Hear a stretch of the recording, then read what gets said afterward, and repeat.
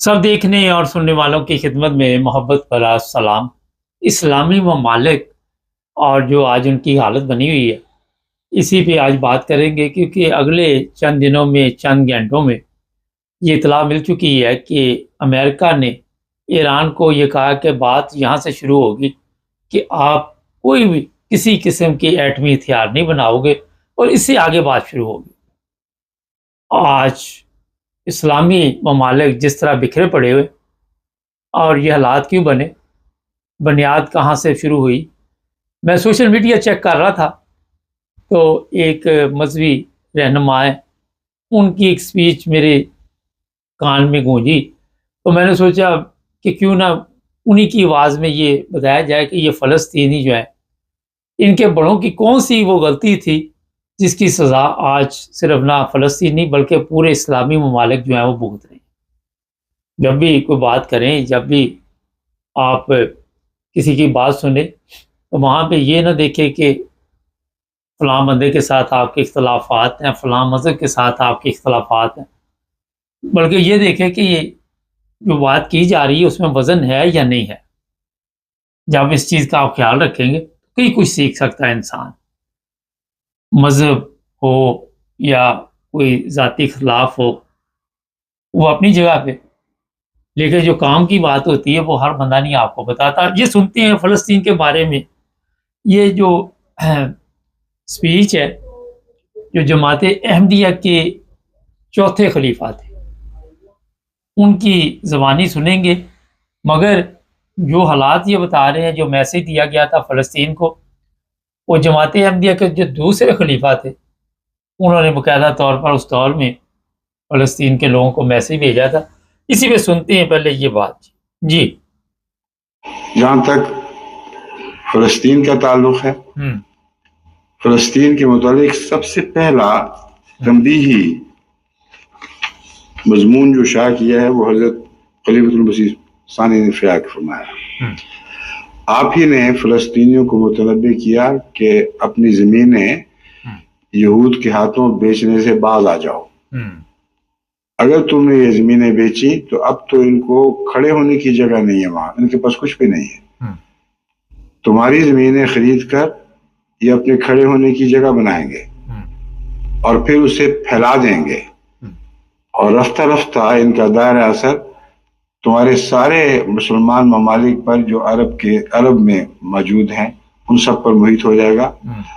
اور یہ بہت ہی خطرناک حرکت ہے جو تم کر رہے ہو، اس سے توبہ کرو۔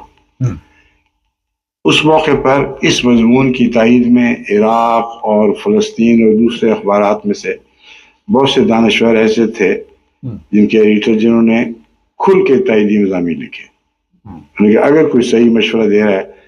تو اس وقت جماعت احمدیہ کے سربراہ مرزا بشیر الدین محمود احمدی ہے جو صحیح مشورہ دے رہا ہے۔ اچھا، یہ کافی لمبی سپیچ ہے،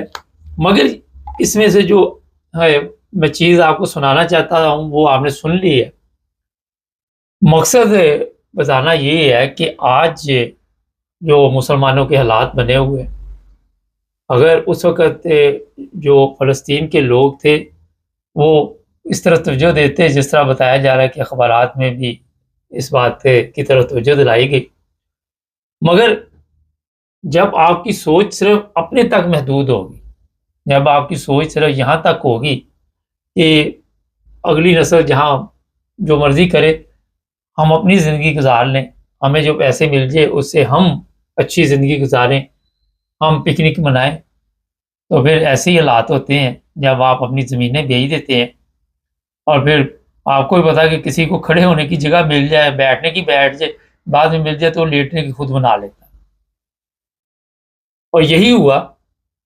اب مجھے نہیں یاد کہ یہ کس سن کی سپیچ ہے، لیکن میں یہ بتا دیتا ہوں آپ کو کہ بات بالکل 100% درست ہے۔ یہاں پہ ہم مذہبی اختلافات لے آئیں یا جو مرضی لے آئیں، وہ اپنی جگہ پہ، مگر دور اندیشی اور لوگوں کو ایک اچھا مشورہ دینا۔ دیکھیں، کوئی مشورہ مانگے، اگر نہ بھی مانگے تو کسی کو راستہ اچھا بتانا، اور پھر مخلصانہ طریقے کے ساتھ آپ کسی نے عمل کرنا یا نہیں کرنا،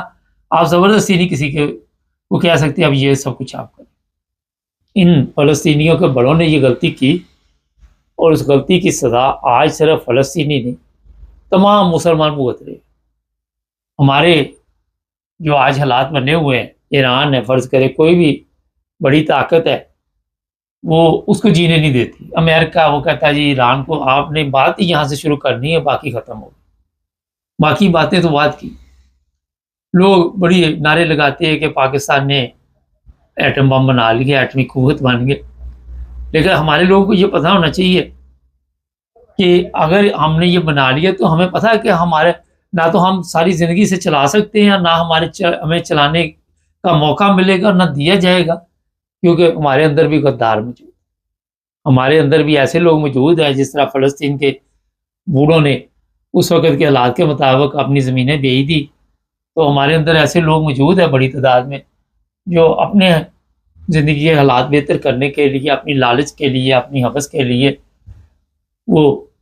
اپنے آپ کو بیچ دیتے۔ ہو سکتا ہے بیچ بھی دیا ہو، یہ بھی آپ کو نہیں پتا، آپ کو کون سا بتانا، آپ کو تو یہ بتانا کہ